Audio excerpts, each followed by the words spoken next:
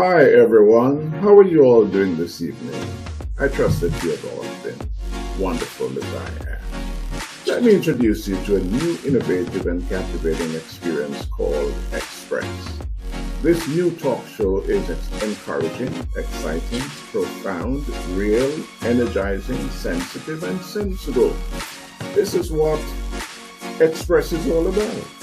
Here it comes. Ladies and gentlemen, boys and girls, please help me welcome the beautiful, expressive, talented, and savvy director of Express, Carolyn. Carolyn, the stage is yours. Take it away. Good evening, everyone, and welcome to our show.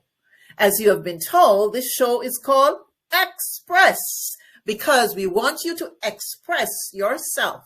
We want you to tell your story so that all who wants to be inspired or motivated to help you or to make something better of their lives can get a chance to do so. You may never know whose life you can change for good, better or best, by your telling your story, by you telling your story. For me, this is an absolute dream come true. This is what I've always wanted to do.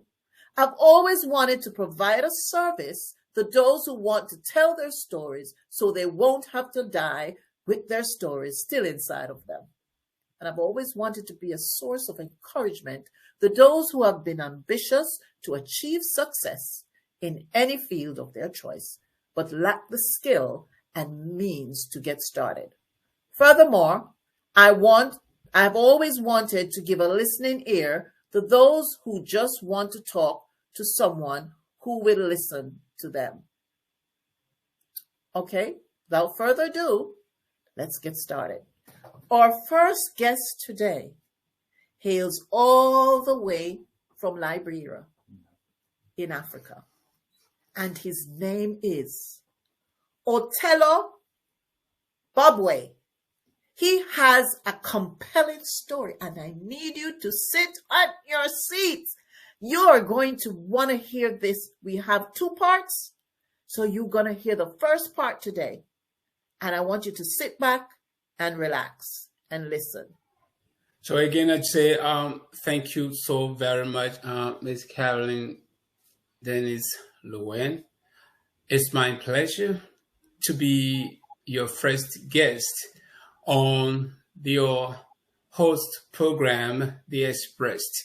And I'm very glad to be a part of this program where I can have the opportunity to give my story. And again, sometimes I get to the point to know it's just not about me.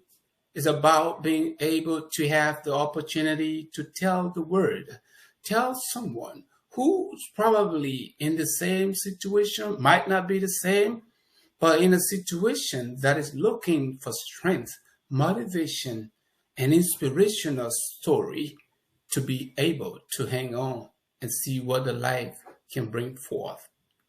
Thank you once again. Yes, we're glad to have you. Now, so without further ado, we're going to get right into just start telling us where you were born, just, how your mother, your father, if you had any siblings, just start right there from the beginning.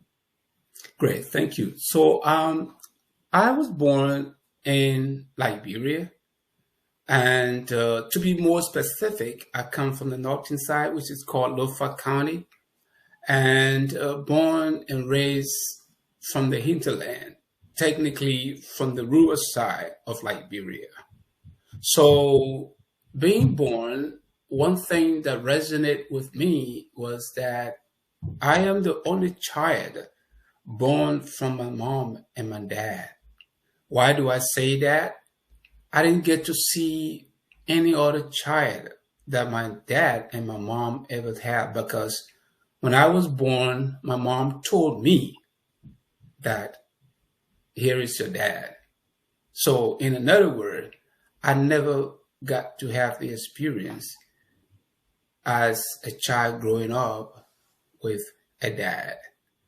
Okay, so My mom, if you write A as big as this house, she didn't get to go to school.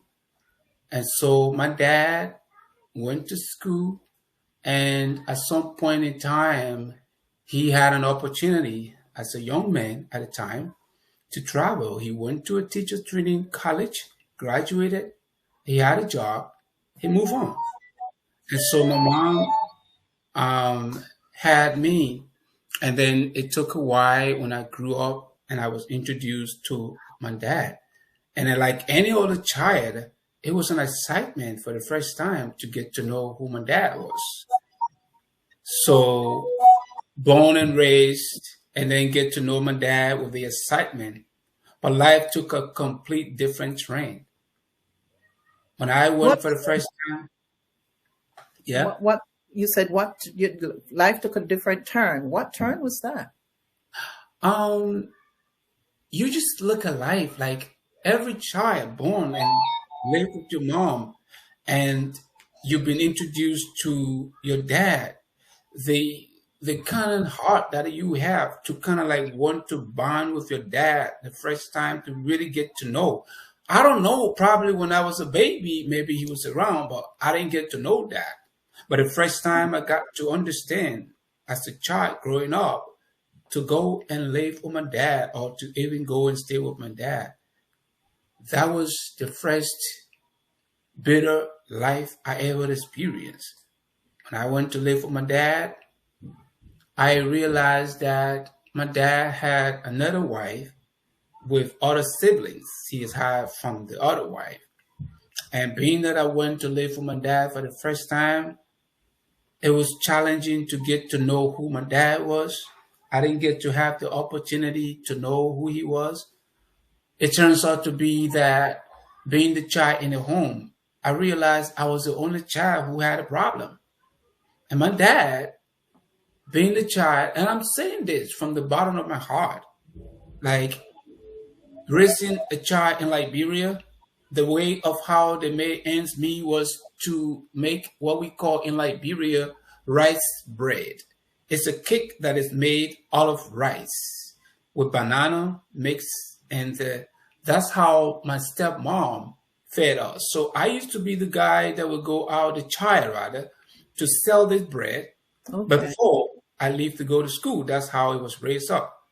So growing up, I had so many mistakes that I had to go sell. Sometimes I wouldn't be able to sell all of the bread. And when I get home, my dad would beat on me so bad that I went to sell the bread and I didn't get to sell all of the bread. I was Okay. playing and I was doing so many things that they're going to say that I was doing that I didn't pay attention to make sure I sell all the bread. Those were the very first time I started looking at what it is to really live with somebody I didn't know in my life before. And I started having a problem like, is he my dad? Or my mom just wanted me to stay with him? A lot of things started coming to my mind as a little child. So, did you go back to live with your mother? So one day, my dad had a little sister who's my aunt who lives in the same city.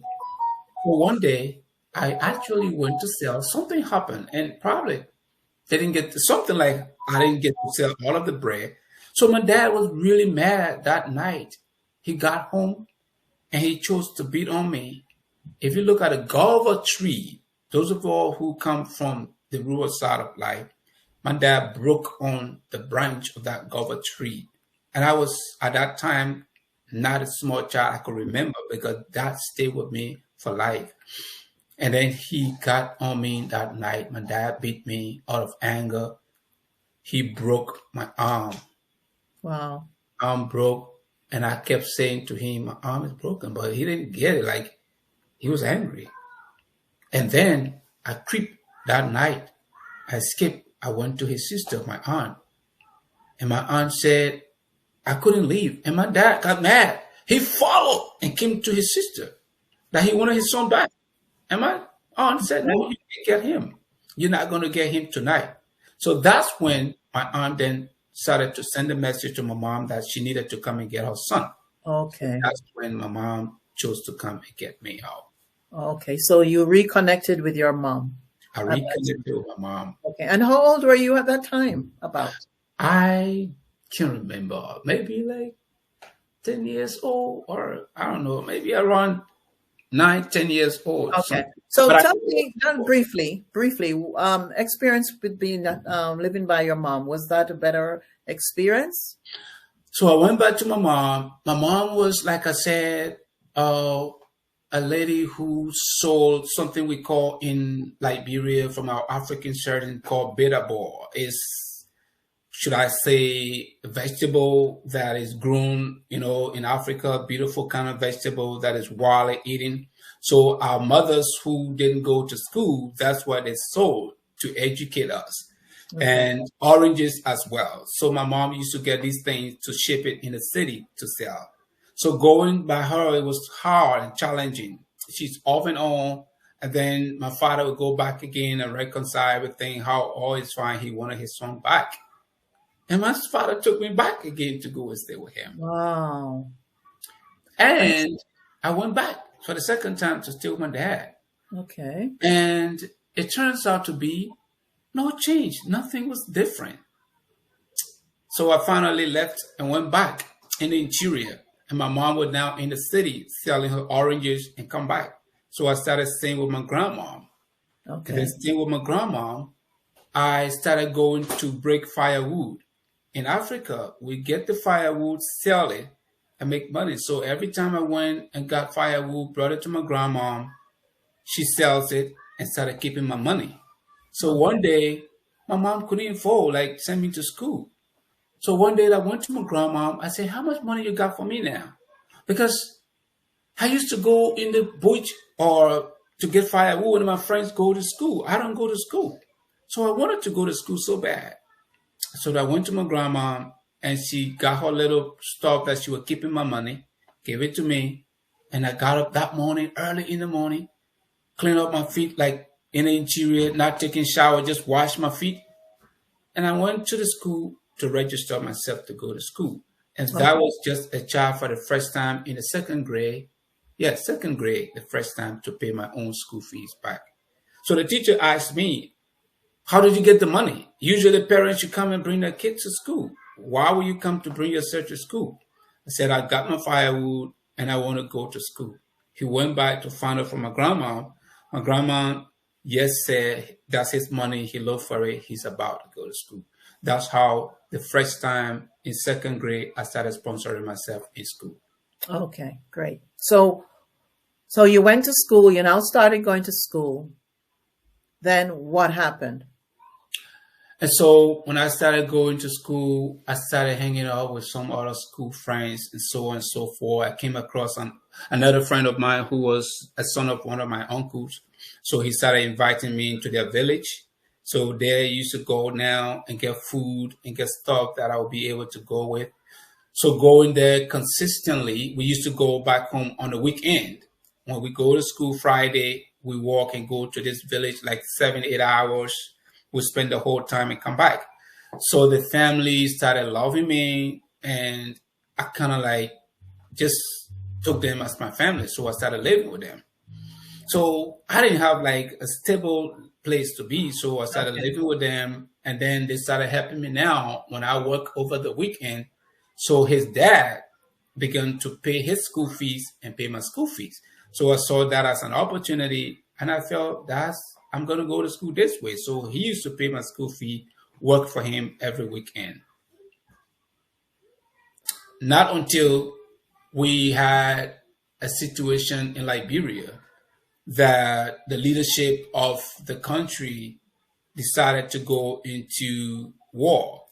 Okay. And that The war, Civil War. Yeah. yes, civil war in my country, that war went for 14 unbroken years. And the beginning of that war was so devastating that took the lives of millions of people from a country. And my mom was in the city with my baby sister.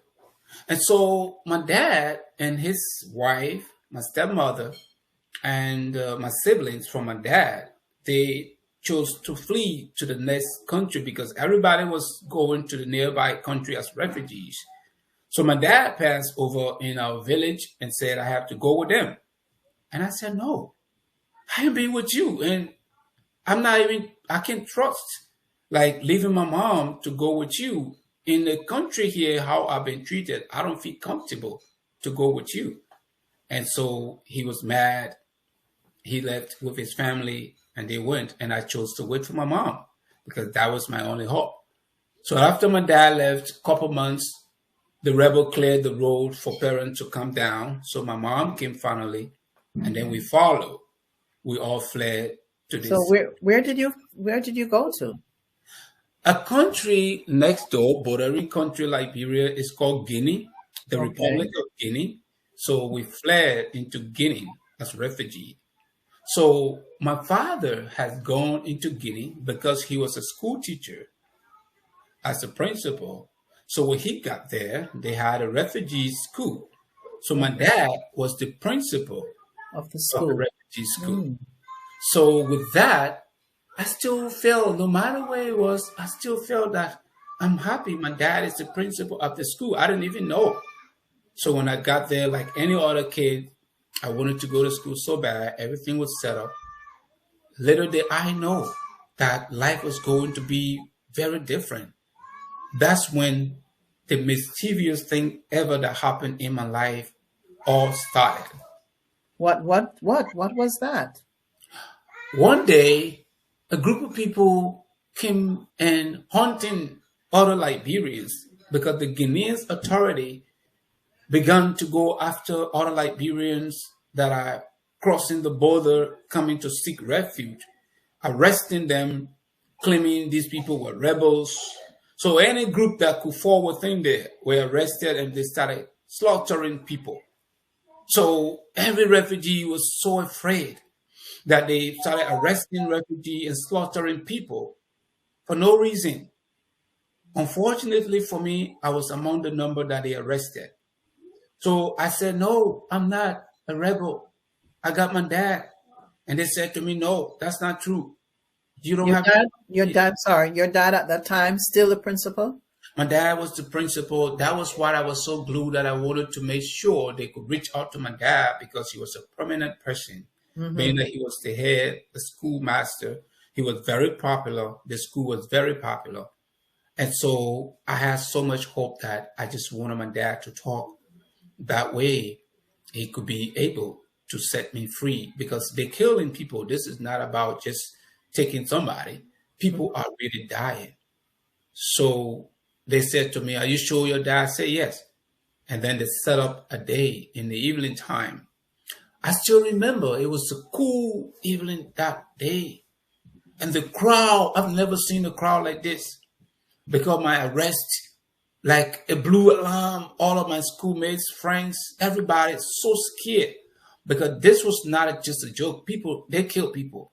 Wow. So everybody was so afraid that I was going to die. And then my church, the Seventh-day Adventist church, we were so much on fire. I used to be the choir director of the church. So that blew the mind of all of my choir members and the church leaders, the whole crowd. Everybody went to my dad, please go and talk. They're going to kill your son. Everybody got there. The president of the refugees went to my dad, please go and talk. They want to kill your son. And my dad came. I remember I was sitting down on the floor. They already took my shirt out, everything. I didn't have no shirt on. And then my dad came. Perfect silence. Everybody waiting to hear what my dad was about to say. And they had a military truck parked on the side that were arresting people, putting them on the truck, taking them where nobody knows. And my dad stood up.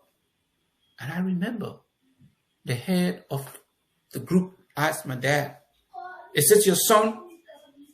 He said, yes. Oh, your son has been arrested. They say he's a rebel. They're going to kill him. What do you have to say?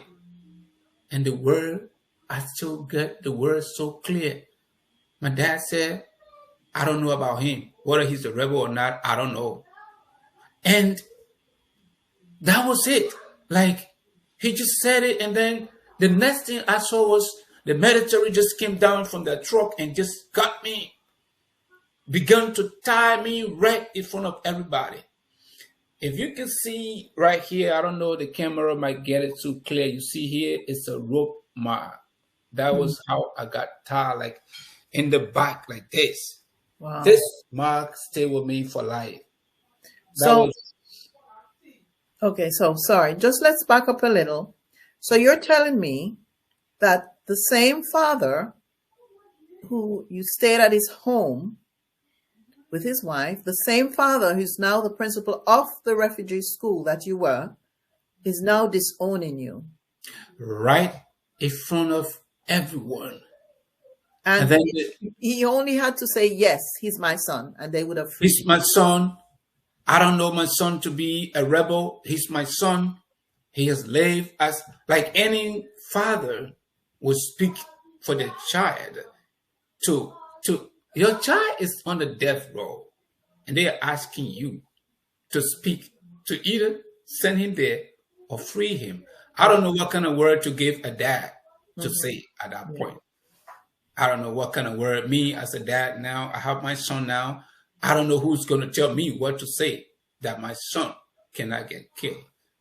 But my dad said a word that did not even have a split second. I was tied up, and they got me, put me on the truck. And then the group they already had arrested, I didn't even know. They put a whole group. They could just hold like one person when they tie you and you are like this. They hold the rope side in the back and somebody hold on the leg, and they knock this chest on the floor, pop, and throw you up in the truck. And that was when you can breathe well and every other thing. So we were on that truck. They drove us away. Nobody knew where we were going. How many people were on that truck? We were about 10, 12, I guess 12 people. And only boys or boys and girls? No, they didn't have girls. It was just boys. Boys.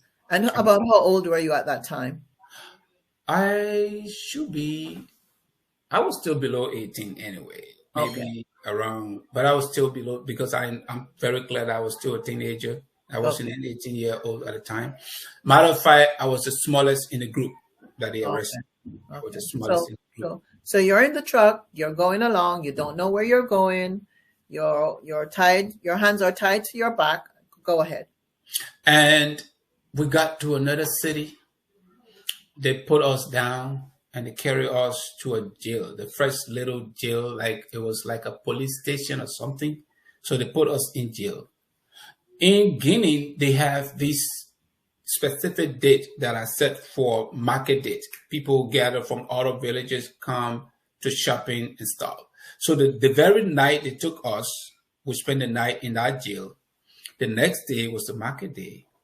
So I was in the jail, and people bring their cases because the police will investigate cases around the day.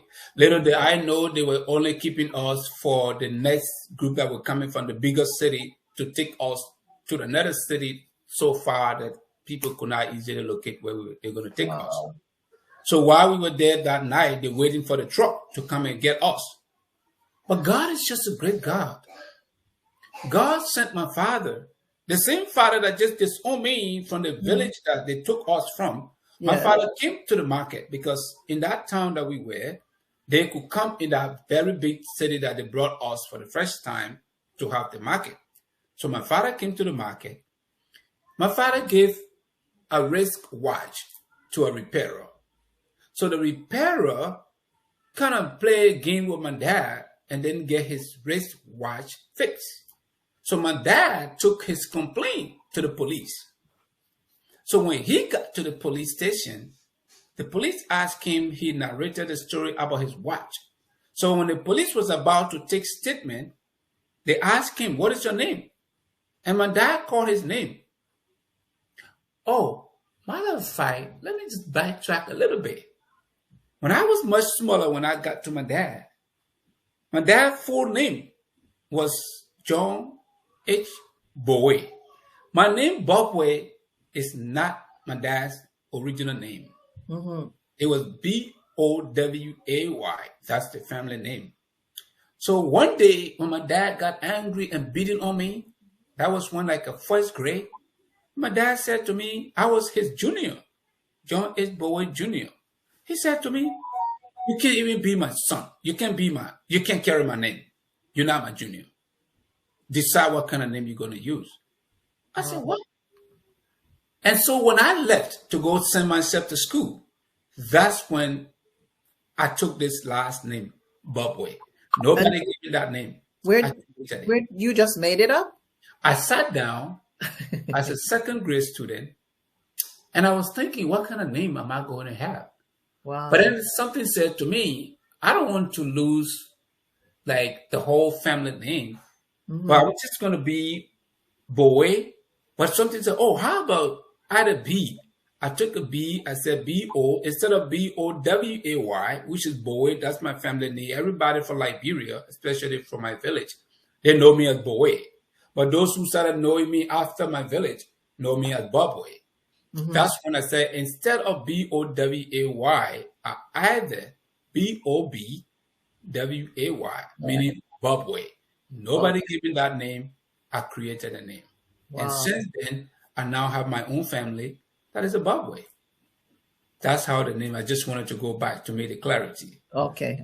So now to the police station that morning, the police is waiting for the military truck from the big city to come and pick us, to carry us. My dad had gone to talk about his wristwatch. So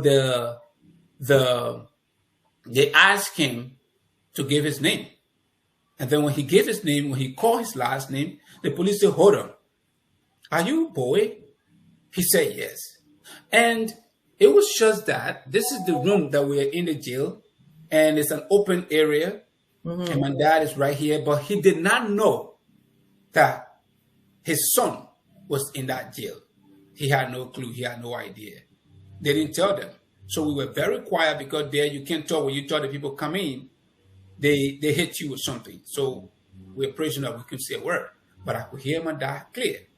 So the man stopped him and said, hold on. Are you Boy? He said, yes. He said, what are you here for? He said, oh, my watch. The man said, hold on. He said, do you have a son? He said, yes. Do you know they're going to kill your son? My dad said, yeah, they arrested him. The police said to my dad, get out of my office. I don't want to see you. Your son is on the road that they're going to kill him. You come and talk about wristwatch. Take your case out of here. Take it to different police. I'm not going to handle your case.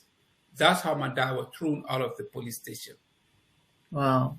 So who told you? Who told you that? That's, like I said, the police station had the jail in there that if you have a problem, they just put you in the jail. It was an open jail. Oh, so you could not meant to keep people there for long. Like they just like a hole in. And then that's where they put us till the truck will come and pick us to the prison. Where you really need to go to. So it was that day, and then people come in on that very day a lot because of the day of market day. All kinds of cases come. That's how my dad went with the case. So your dad had many chances to help you. To help me. Right, and then that was the last time I heard the voice of my dad when he was thrown out of the police station. It didn't take quite 2-3 hours. We just heard a group of military people in the yard.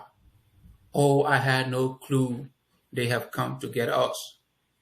And they came in and picked us. Everybody we all didn't have shirt anymore, and we all tied. And they put us back in a bigger truck now to take us to the big city. So you're saying, I'm not sure if they heard what you said, they took your shirts off? Your shirts were taken off?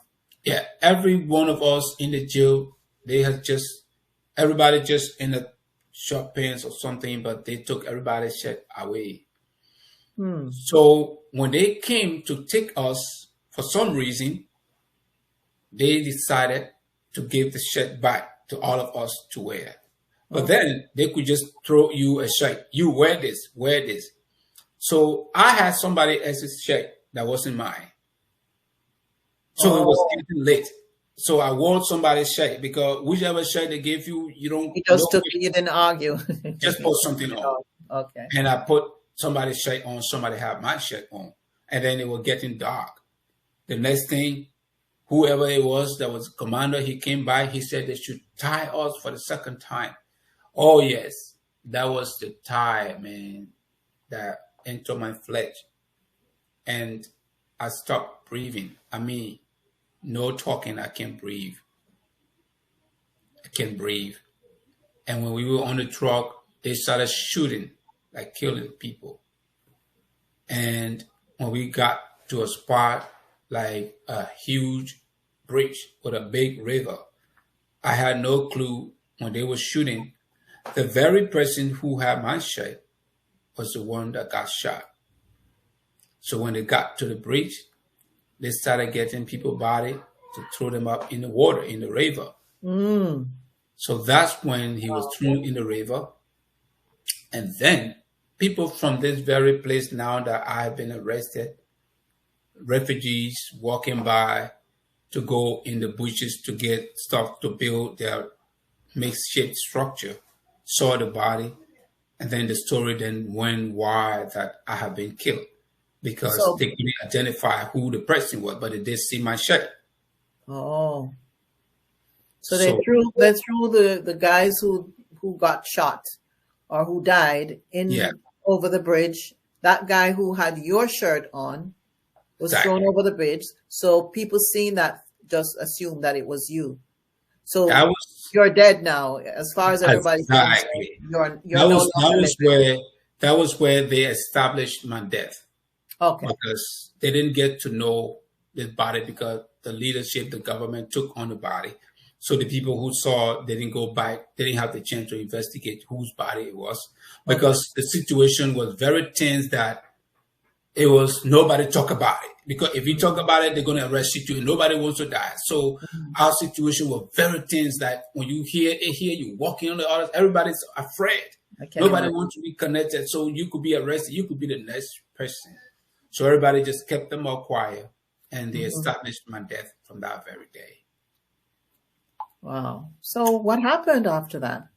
And then they took us to the biggest city in the biggest military barrack and then took us to a jail that was not a normal jail, like concrete, a whole building from the top to the bottom.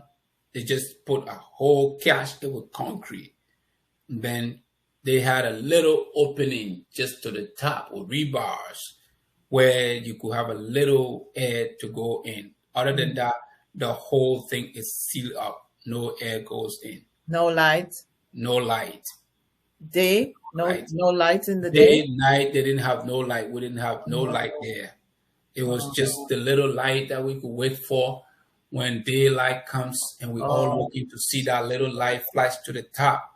And everybody was trying to go stand there for the little sunlight to kind of shine because when the sun is dropping down, it drops in there. We all want to go and get a little bit of sunlight.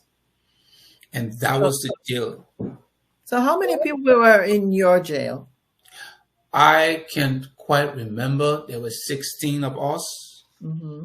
When we went there that night, there was a man who had children. He was a grown man with his children. So it was the first time because the rope had gone in the flesh of everyone because they drove for the whole night Wow. very fast. So in the military truck, the truck is bouncing and you tied up the breathing. And all I felt for me was like this portion of my heart. If you Mhm. just touch it, like it's just going to pop. That's how it Wow. was for me. So no more talking. I couldn't talk anymore. Matter of fact, none of us. So this guy, I kept looking at him. That was the first time I watched somebody die in my face, like eye to eye. So he kept talking, talking, and then I knew that he was dying because he started telling his children, "Oh, go get some water." Like he's talking to his children, his wife and children. And then later on, I saw the fly setting on his real eye. He couldn't close it. Then I knew that he was not alive. He Wow. died. He died. That was the second person that died from the group. So when I saw all the flies setting on his eyes, I knew that he was not shaking. At first, I thought we all are numb, nobody talking. I thought he Mhm. was quiet, he's not talking. So early in the morning, they waited till when the sunlight came. I heard the jail open for the first time. They came and took his body out. When I heard they walk in with gloves on their hands and they pick up the body. And all I could hear was, all of you get ready.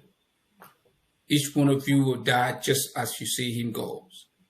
Wow. And I just knew that that was it. We were finished. And they took the body out.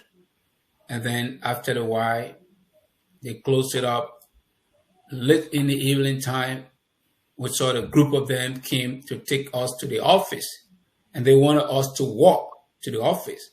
But I couldn't walk because the rope has gone that when I step, I feel like my heart is about to open. My chest is going to open. I can't walk. And they wanted me to walk. I can't talk. I can't walk. And they held me in their hands till they took us in the office. They put us down. They had to bring a real sharp instrument to cut the rope because the rope has gone in my flesh. You couldn't see the rope anymore. My flesh grew hard and covered the whole rope, like Wow. So you had that rope on for like more than 24 hours. more than 24 hours because Oh, the time they got us, they tied us the whole day and the night. The next day, we still in the rope till in the evening. It was more than 24 hours. So wow. that's when I passed, or when they cut the rope, I passed out. I didn't know. But when I came to myself, I saw that I was lying in a pool of water.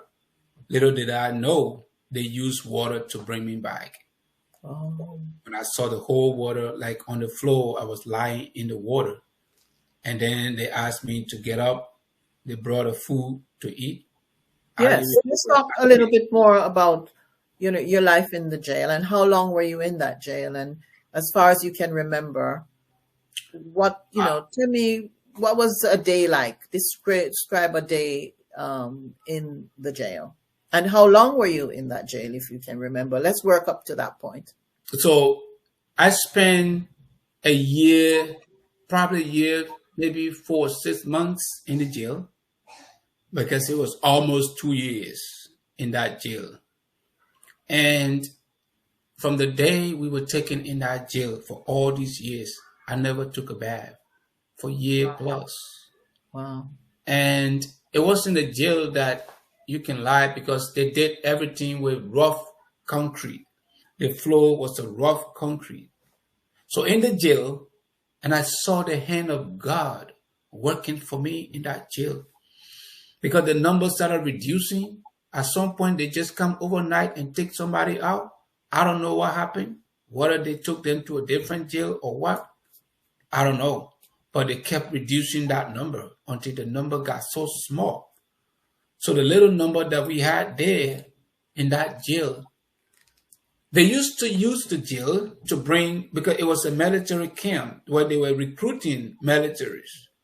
So whenever they do something, they bring them in for a few hours, take them back out. So when they started coming in that jail, the Lord started to work miracles for me. Every single one of them that came in the jail started to fall in love with me. I remember they would come in jail and take out their shirt and give it to me. And they go back outside naked. Some of them even would take their pants, give it to me. Because I've lied on this cold floor for years till I saw, like, when you see your whole side grows corn, like hard, both sides of my body, like you lie this side, it turns like a real numb. You can feel, I couldn't feel on this side for Wow. years.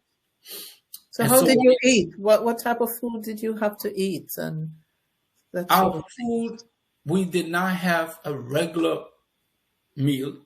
Whenever we saw food, that was it. And so they would come and just put this food in there. Unfortunately, we're trying to get some of the food to store it, but they take everything away, so we don't have anywhere to put the food. And sometimes I remember at some point we take the food, put it in some of those sheds that they would give us to keep it. Just that the next day, we're not sure if there's going to be food. So you didn't get fed every day? No, that not even every day. Sometimes maybe 2 days in a week before we get another food. And so with that, we at first it was hard because we went for like weeks, no food, nothing at all. That's when more people started dying because there was no food. They started taking people out. And so nothing. But as we stay longer, I remember sometime in the week, maybe we have food like 2 times. That's it. But I have no clue how God worked his miracle. And I could go through all of that and didn't get to. I only know at some point I couldn't just get up because when you, sorry, sometimes I don't like to say this. Okay. Emotional. Okay. And I remember at some point, maybe we're going for 2-3 days, no food, and everybody's lying down. I can't get up because when I get up, I see the whole wall just swinking in my eyes like I'm about to fall. Oh, dizzy. Daisy, the whole wall, and just grab the wall just to sit for a little sunlight that is coming up, just to get a little bit of sunlight. And when they bring this military in, those that used to bring them in jail for just to detain them for a couple hours, most of them started falling in love with me, like they would get food. And I quite remember they had this military can that they put their food and they can seal it up. They can store the food for even a couple of days. Like a thermos, like? Like a thermos, like something like that. So they would come and put the food and then bring something and go on top of the building and then use their boot string and tie it up and drop it for me through because the rebar was made like this, just so your head cannot pass it, but they could manage to have put their hands through it. Yeah, they put their stuff through that and drop the food on the military street because the building was so high. You can't get up there easily. But I started gaining strength in the jail so much that I could climb on the wall. Okay. Like, I could put myself on the wall and I don't know, a lot of things I started like doing. I could climb up on the wall and get that food and come down. What kept you going? And what kept you going? And did you, for any time at all, think, I am going to get out of here? Did you? From the beginning, I'm not going to lie, I didn't have any hope at all, especially the death of this person, the next person. I just felt that each one would we're going to just go one after the other. And I was just like maybe just waiting for my time because I didn't know I was going to live because honestly, people dying like every time they come and get somebody. And we all feel like they're going to, because they did it like night. Sometimes we're sleeping, they just open the place and they just point the light in everybody's face because we were in complete dark place, no light. Yes. Midnight, they come and just point the light and just pick somebody. So you don't even know who they're going to pick. And they just grab and go. So there was no hope as to whether I was going to live. But when did you get hope? Did you ever get hope? At some point in my life, because I knew Christ before this incident, that was a hope for me. But I know as a human being, especially still a teenager, my hope wavered many days. Like today, I'm good. Tomorrow, I just don't know. Like, I'm not sure it's going to be. But God was so good. And I started gaining hope that one day it's going to be all right. After we spent the first 6 months, and I knew that we're just here now because no way. this is not going to work. And we're going all through a year now. Never one day taking a shower.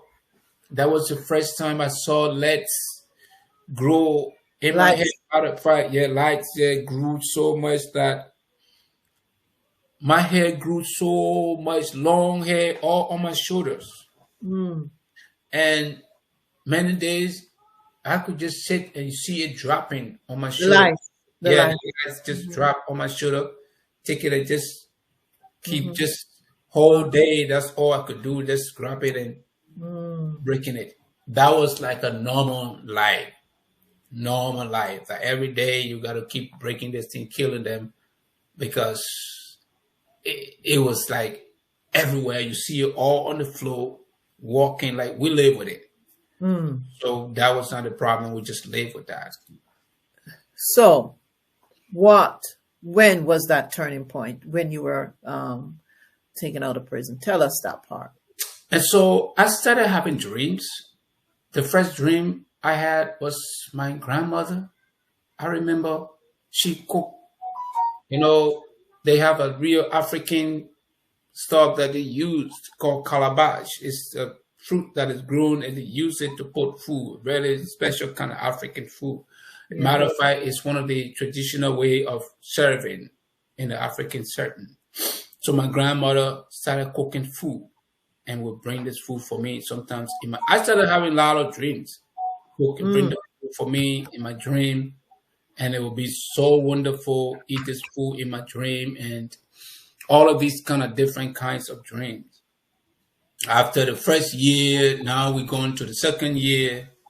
That's when one night I had a dream.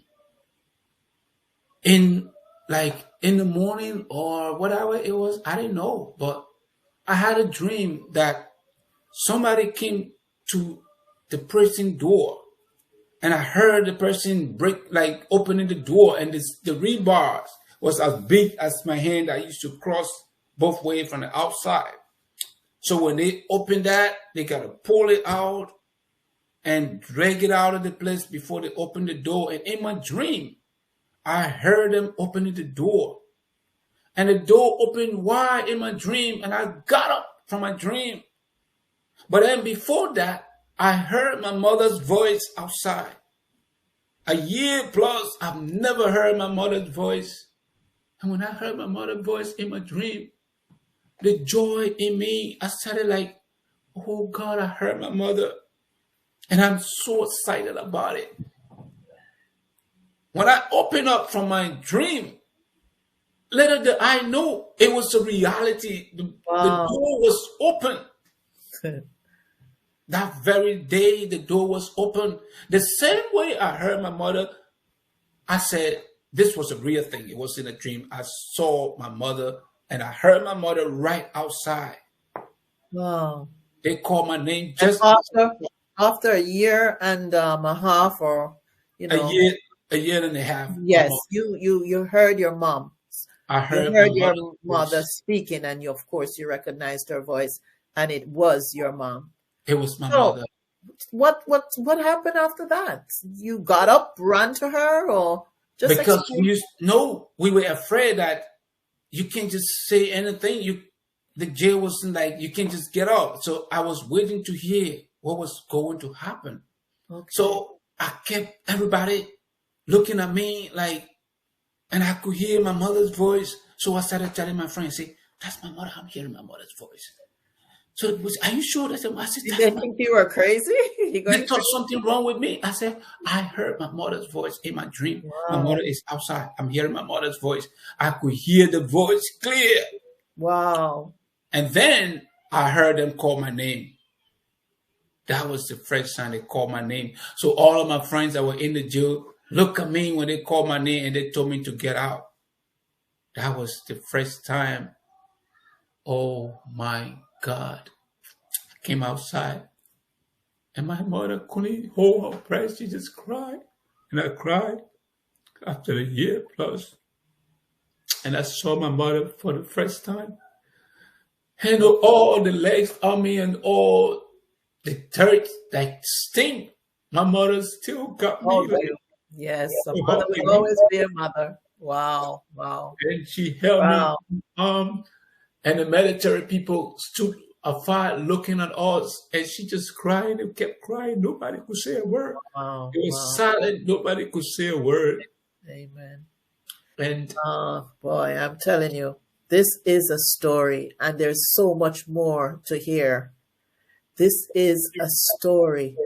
Let me tell you, you have been through the crucible, and you didn't go through the crucible for just nothing. I am sure that God had you. He was literally training you for better things to come. And we hope to hear what better things have come. So your mom, and we want to hear that in part 2. So I want to thank you so much. Thank you so much for coming and really telling us your story in such detail. And I'm hoping that whoever is listening, if you've been in a situation like that, if you're going through a situation like that, if you know someone who is going through a situation like this, don't give up. Have hope. Just like how Brother Bobway is pulled through, it's possible for you. So until next time, which will be on Tuesday, we will do part 2 with Brother Bobway. Thank you so much. Thank you all. thank you, Caroline. Thank you, Caroline. Thank you, everybody. Thank you so much. Thank you. Thank you.